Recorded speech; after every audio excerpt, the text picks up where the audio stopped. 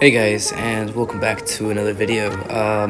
So good news, I did get a better system to record on. I am now recording on the iPad Pro, which means I'm probably going to be moving to iOS now. So that is a big jump in performance, and hopefully it'll look a lot better for you guys as well. So I got the new 2020 iPad Pro 11-inch, so hopefully it does me well, and I'll be editing on iMovie because that's the best that I have right now. I don't have a lot of money to spend on professional software right now, so this is where we're gonna go. So what I wanted to do here is I wanted to test a few things. I wanted to test the rebalances of the Blitz, Phantom, Aojun, and then Ravana. So all of those robots got either nerfed or buffed. What I think happened to the Ravana, but I am not 100% sure, is I think it did get a speed buff. I'm not 100% certain. That's the only thing I can think of because everything else seems the same. For example, 3 seconds in phase shift for its ability, and then just normal phase shift, right? It wouldn't have nerf phase shift because it's a separate piece, right? It's not for that robot.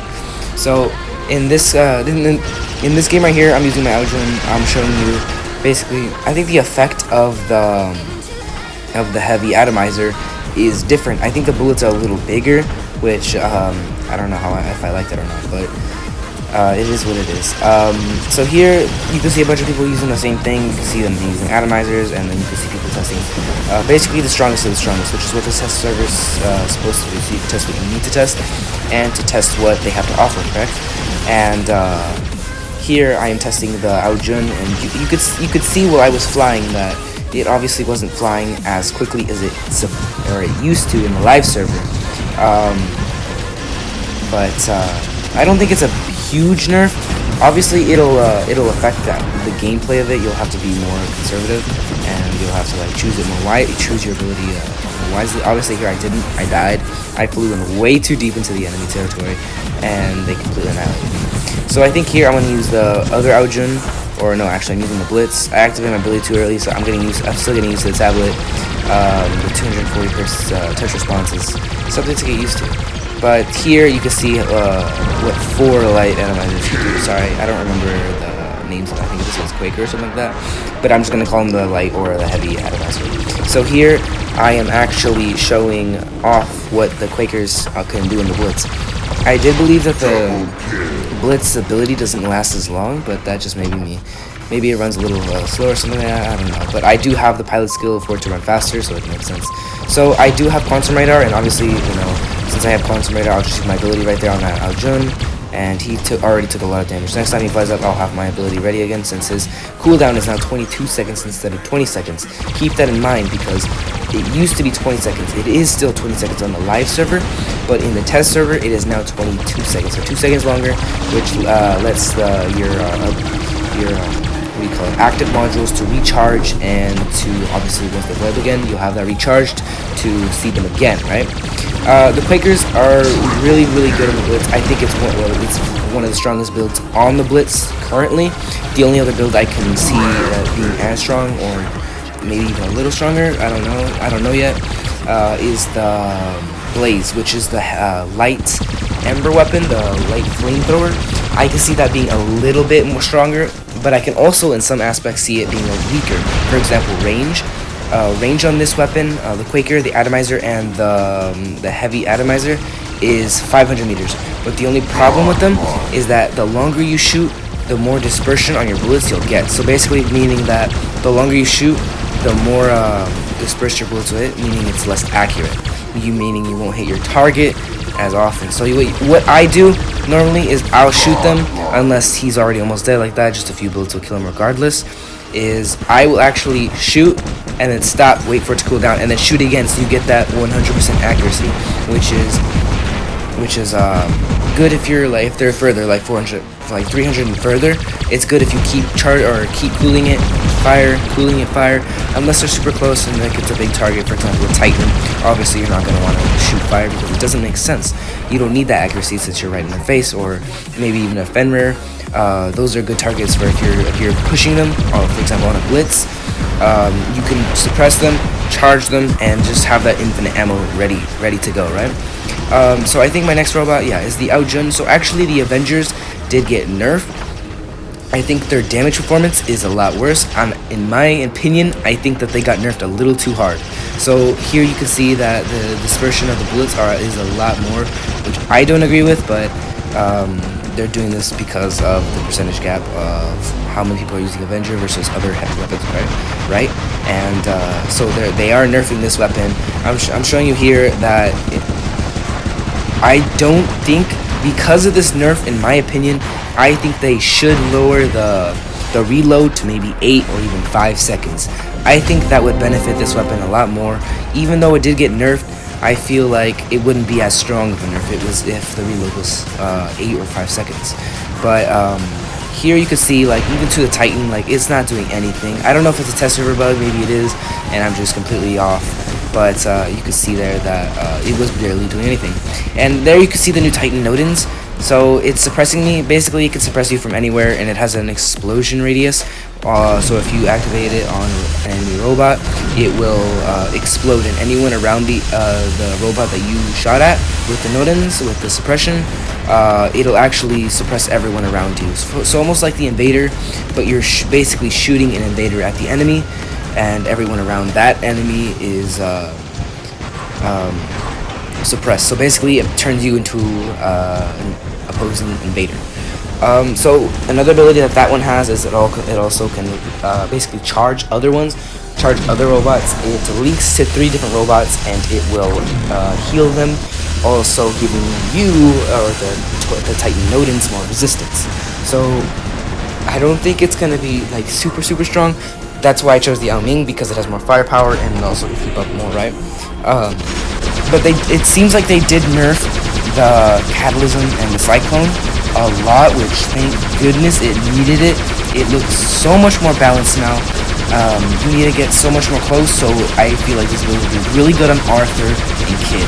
This build would be really good on those robots. I'm not saying it won't be good on Ao Ming or the new Nodens, but I am saying that I think it would be better on, for example, like I said, Arthur or Kid, because you can physically get closer to your enemy.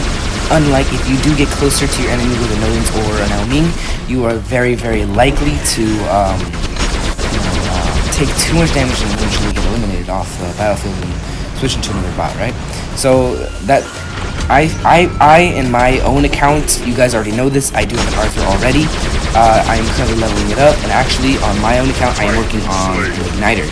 So after I'm gonna put those. I already have 1 Igniter, and I'm leveling it up right now. But once I get the second one, I'm gonna put both Igniters on my Fenrir, because I do have what do you call it, the recently nerfed Corona. That's it, Corona. And so I need to switch to that to. I think I'm just gonna sell the Coronas, or I might just leave them in the hanger. I don't know yet, but they're not as good as they used to be. I can tell you that much. Not worth it anymore. So here you can see basically how destructive this weapon can be up close. That Fenrir, gone. 3 seconds, gone. Like, it's super destructive. If you get really close with these weapons, it can be very deadly. So imagine if I was an Arthur, you know, I have the explosion radius, which makes them take a lot of damage, and at the same time I have the Cyclone and Cataclysm.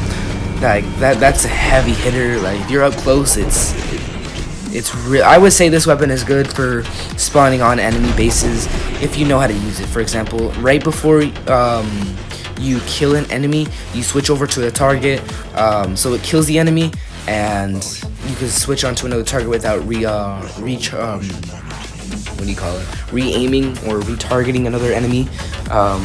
So I think that's a really good plus if you know how to use it. So it takes a lot of timing for the Cataclysm and Cyclone, right? It takes it's exactly like the Calamity, the Scourge, and the Spark. You need to have that what do you call it? Precision and accuracy. So you're gonna see me messing around here. Ignore that. I need to cut that. Okay, so here we're gonna go straight into the second clip. So right here, what I'm about to show you is the Blitz again, and how great this thing is. I'm gonna save up for a Blitz on my own account. I love this robot with a passion. It's so fun to use. And you see that red coming off of me? That's actually the new passive module. So what it does is if you get down to a certain amount of HP, it'll activate, giving you 25% more damage output. So these weapons, are they're gonna destroy basically. So right now right now you see it's activated, so I'm gonna be doing a lot more damage than, for example, and him, because Quakers have infinite damage out. So you're gonna see me outplay this guy. I'm gonna easily kill him, but after that, his teammate's gonna come over there and kill me. There's nothing I can do about that unless I had a Phantom where I can teleport away, right? With the Phantom, I don't think I have any gameplay of the Phantom, but I'll tell you right now that the only difference that they made is they made it 5 seconds more of cooldown on the ability. So instead of running in every 10 seconds with your ability, now it's going to be 15. The speed and resistance and everything has stayed the same, but you're still going to have that cooldown of 15 instead of 10 seconds. In my opinion, since I already have a Phantom, it's not that big a deal.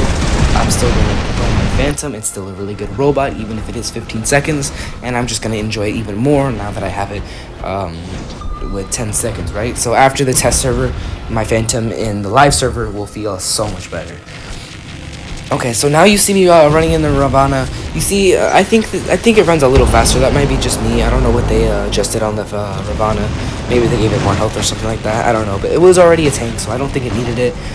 What I do think it needed maybe was a little bit more speed to make it really, really deadly. Now, the only problem with this robot is that it literally survives like 30 seconds with just sitting there. Like, you don't even have to shoot or anything like that. If you have phase shift and then quantum hardy, then you will literally sit there for like 20 seconds flat, and then you can't do anything. You can sit on a beacon for as long, and then they can't spawn there, right? So this, in my opinion, is a good robot if played correctly. This build is a very strong build, and actually, on my own account, I'm going to be saving up for these weapons as well, so I can put on my Leech, hopefully, my Leech, or actually, I might even put them on my Ares. I might, because of the new the event that's going on, where you get like 600 components per win every day on your account, which is very, very nice. So I'm going to save up for these weapons as well. So you see here, I could just like move in and out of areas of danger, which is, you know, the correct way to play it. Now, what I'm doing here, what I'm trying to do here is I'm trying to stop this guy from capturing the beacon, and what I actually end up doing is I'm running around, but he's already taken out because of that Nodens, or whatever that robot on the back was. Okay, so another weapon that did get adjusted is the Thermite. So the Thermite seems like it does a lot more damage than the medium Thermite, which is like a Vortex, right? It does a lot more damage now, and I think it needed that balance for people to actually use it. I don't know if people will still use it, but what I do know is that Behemoths with 4 of those will be an instant kill to a lot of beacon runners. Even if it doesn't completely hit those beacon runners, it will be an instant kill for a lot of robots. You run a Griffin, instant kill, which it was already an instant kill to Vortex, right? So imagine like a Leo, it hits, that's probably an instant kill for a Leo, or it'll be probably half the health of a Fenrir, of course if it's maxed. So here we go, and the Titan again. So you're gonna see the damage output of 400 isn't terrible, but keep in mind that is a Titan, so it's gonna be less damage because of that resistance, right? So here we are, we're switching over to an actual robot. You see the Titan in the back, we'll probably get to him later. But through energy shields, it eats through energy shields like nothing. And keep in mind, these weapons do have a reload time of 10 seconds, but it takes a long time to empty that clip. Once you do empty that clip though, it is a 10-second reload for both of these weapons. So just keep that in mind, that it's the same reload time as the machine guns. And I think also the rockets for the Titans, not the Rupture, the other one, the Tizar, that's it. Tizar also got buffed basically, and now it has 1 second reload. So now instead of 5 seconds of reload, it will now get 4 seconds of reload, which in my opinion, a lot of people have been running, and it seems very overpowered. In smaller maps such as Dead City or Spring Valley, it will be very, very deadly.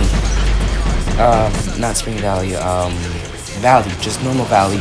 It will be very deadly setup. Like, it's gonna cause a lot of damage, and I feel like there's gonna be a lot of fluctuation now with different builds, such as, you know, the builds that are already out there. The heavy Titans, I don't quite remember the name of them, but these do they are already dominating the battlefield, and I feel like this will put a lot more variety in the battlefield.